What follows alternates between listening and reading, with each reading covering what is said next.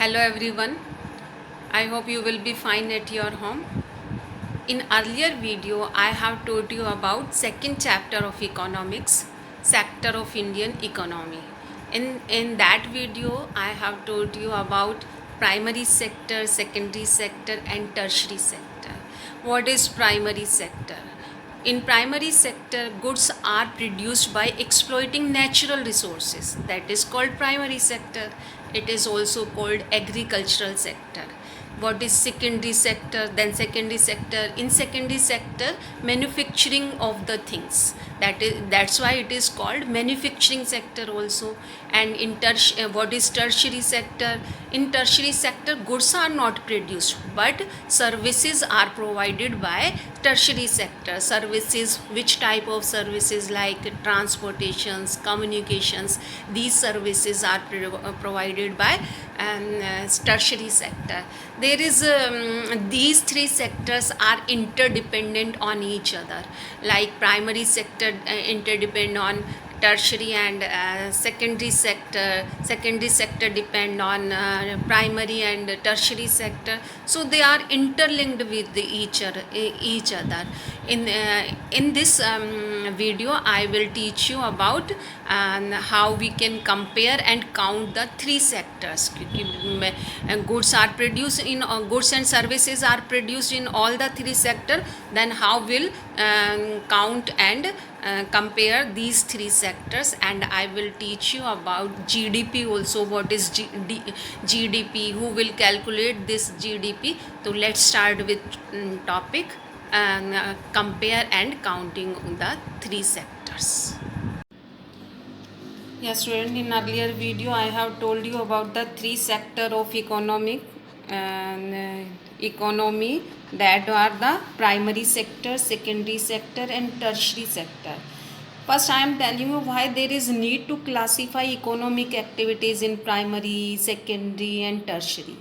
Why there is need? Because it help us to tell ki how much each sector is contributing in GDP. Yeah, how many people are working in each sector, stage of development, scope for employment opportunity. That's why we have divided these three sector in primary, secondary and tertiary. In primary sector we have read about the agriculture की natural resources से जो भी हम exploit करते हैं, goods बनाते हैं, वो primary sector में आते हैं. Second it is also called agriculture sector. Secondary sector is also called and manufacturing sector. Why it is called manufacturing sector? Because it manufactures the good. And tertiary sector, in tertiary sector we include services. That's why it is also called service sector. In this chapter, in this video we will read about the GDP, how we calculate GDP, what is GDP and how we compare the three sectors. क्योंकि each sector like primary sector use produce goods and services, use employment in primary sector, in secondary sector and in tertiary sector also.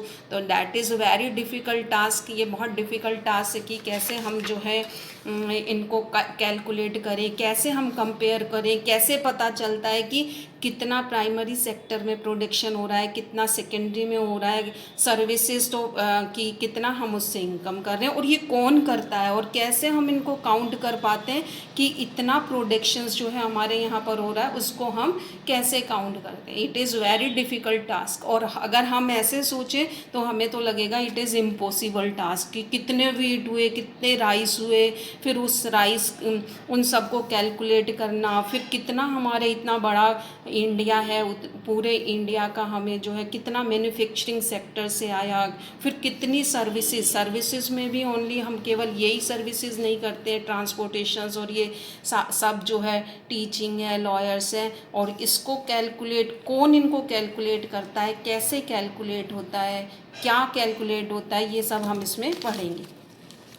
Now how do we count the various goods and services. कैसे हम count करते हैं कि क्या क्या problems आते हैं counting and comparing, किसी भी जो है चीज़ों की काउंटिंग एंड कंपेयरिंग में. In counting and comparing we add value of goods and services, not numbers. हम किसी भी काउंटिंग में क्या करते हैं, वैल्यू ऐड करते हैं उस गुड्स और सर्विसेज की, ना कि नंबर्स। जैसे नेल्स बनाते हैं, किसी ने जो है 1000 नेल्स बनाए और कार जो है बनी 5 कार्स ओनली, ठीक है, ये नंबर्स हो गए। 1000 नेल्स, नेल्स पता है ना, कील जो बनाते हैं, नेल्स एंड 5 कार्स बनी। तो यानी कि अगर हम नंबर्स में काउंट करेंगे तो ज़्यादा क्या हो गए, नेल्स ज़्यादा हो गए।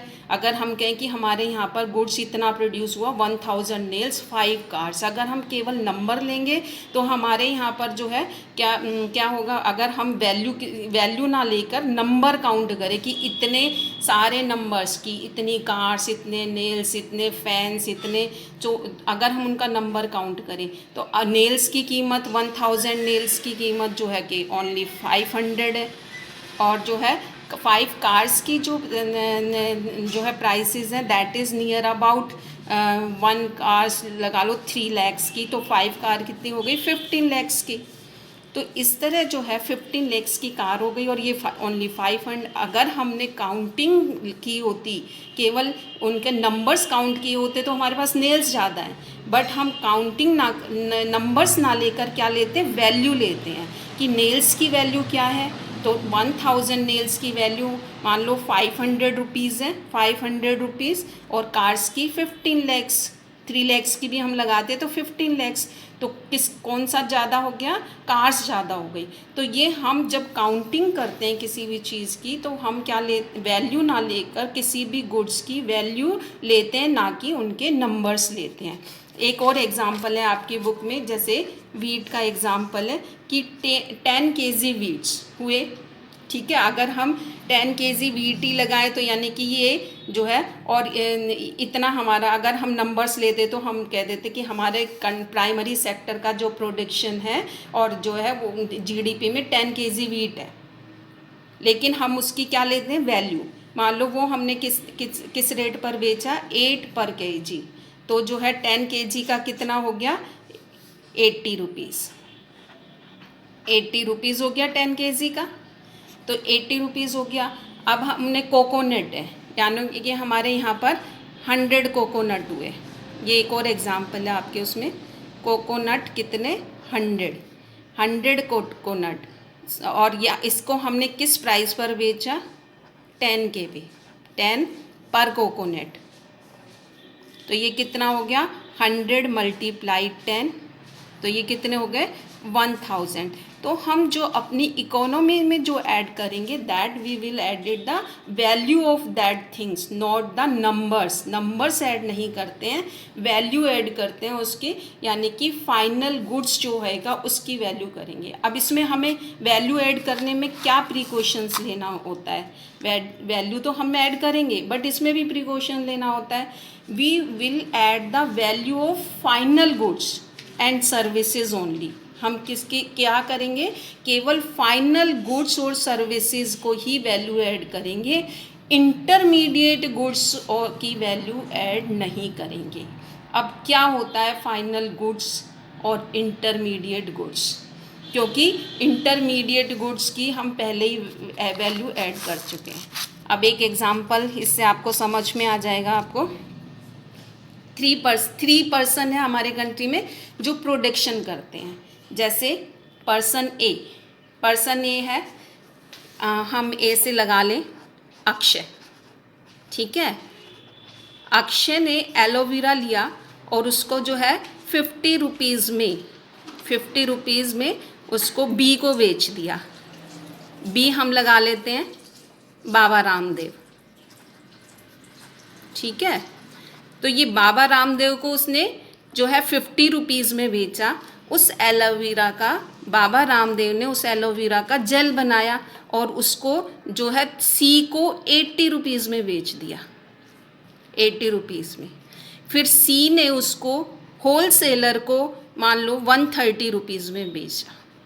तो ये वैल्यू लगा रहे हैं, हम वैल्यू लगा रहे हैं कि अक्षय ने 50 रुपीज़ में एलोवेरा ख़रीदा, उसको किसको बेचा, बाबा रामदेव को 80 रुपीज़ में। फिर वो बाबा रामदेव ने किसको, एक सी को, होलसेलर था वो, उसने 130 रुपीज़ लगाकर हमारे तक पहुंचाया, यानी कि कंज्यूमर तक पहुंचाया, ठीक है।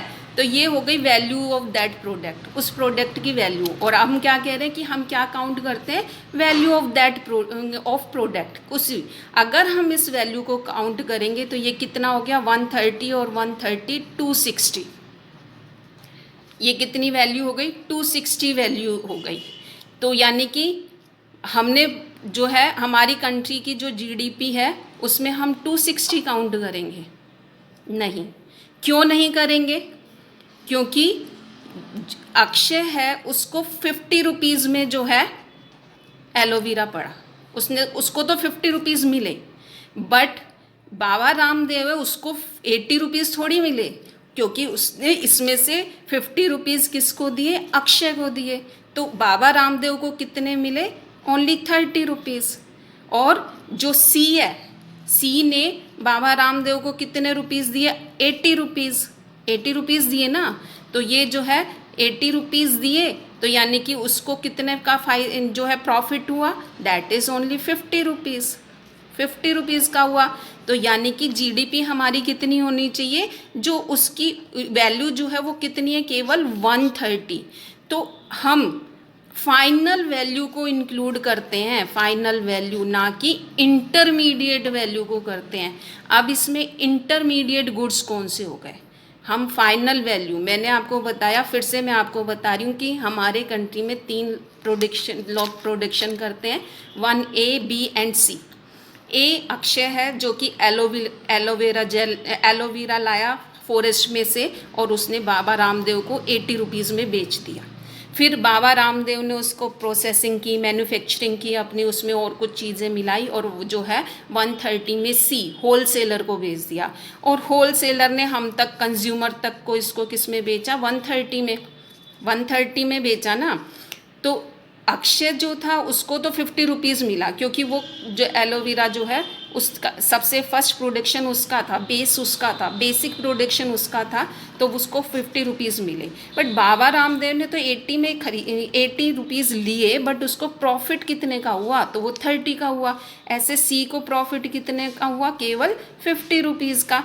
तो हम इंटरमीडिएट, ये इंटरमीडिएट गुड हो गया एलोवेरा, मैन्युफैक्चरिंग इंटरमीडिएट गुड हो गई, और फाइनल क्या हुआ, फाइनल जो सी ने बेचा ना वो फाइनल गुड्स हुआ। तो हम किसी इसके कंपेयरिंग में करने में फाइनल गुड्स का ही केवल जो है इंक्लूड करते हैं, ना कि इंटरमीडिएट गुड्स को।